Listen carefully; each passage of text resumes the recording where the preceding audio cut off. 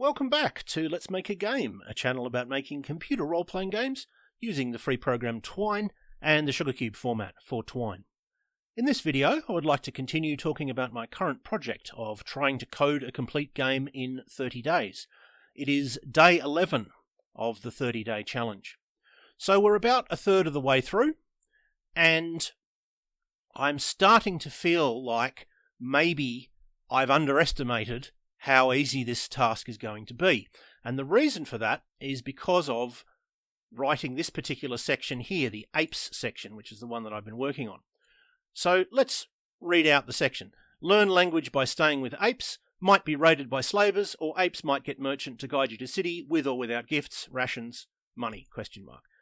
To me, that feels like it's got about as many events as would need, say, 10 or 12 paragraphs. But when we look at what I've actually written,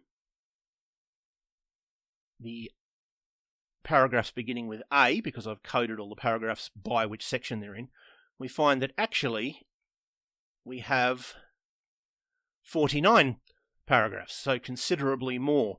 Not all of these are exactly full paragraphs in the normal sense, but there's at least 49 sections that I had to write and connect.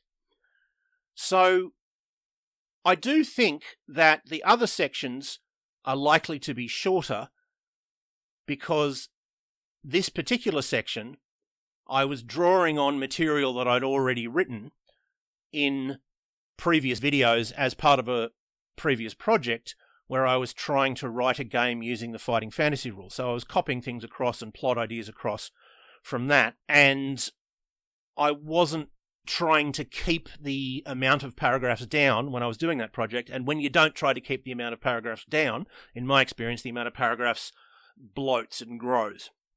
So I believe that the other sections are likely to be shorter. But I hope that's true, because if it's not true, I'm going to have a lot of trouble getting this done within 30 days. Anyway, we're into the actual story now. When I was doing the previous video, I was just really showing you the introduction, basically telling you how you got to the planet. And, of course, I could have done a pure choose your own adventure, meaning that you just have choices, the choices take you to different places, different things happen in the different places, and that's the only game system.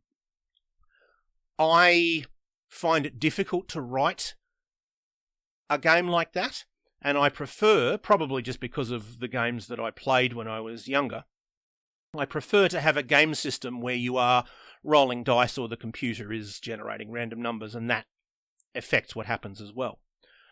So I had to decide on a game system, and the game system I decided on is a very simple one, but it's one that I found to be capable of doing everything that I want to do. And that is that I have keywords, attributes, and particular attributes that go down and that you have to keep above 0. So attributes just mean that you have things like strength, luck, stamina, and each of them has a numerical score, and every so often you will save against, for example, luck or stamina, or roll against luck or stamina, and all that means, in this particular case, all that means is that the computer generates a random number from 1 to 20. If it's higher than the attribute we're talking about, you have failed, or your character has failed, and if it's lower or equal, you have succeeded, and you go to different paragraphs depending on whether you succeed or fail.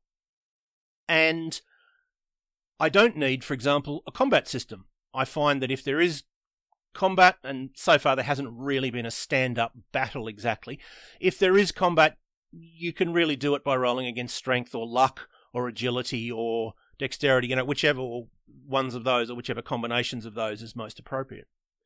I also have the equivalent of hit points, which is your stamina rating. You can roll against stamina, but also your stamina will go down when your character receives a wound, and if it goes to 0 or less, you lose the game straight away. I also have willpower, which is the mental equivalent of that. Your character is, after all, in a very stressful situation and is quite likely to sort of be broken by that situation. And so we need to keep track of the mental side of things as well, or at least I prefer to do that. The other part of the system is keywords. And keywords keeps track of things that have happened in the game. So, for example, events. Let's say there's a fantasy setting and it might be that you met a particular character and made an enemy of them.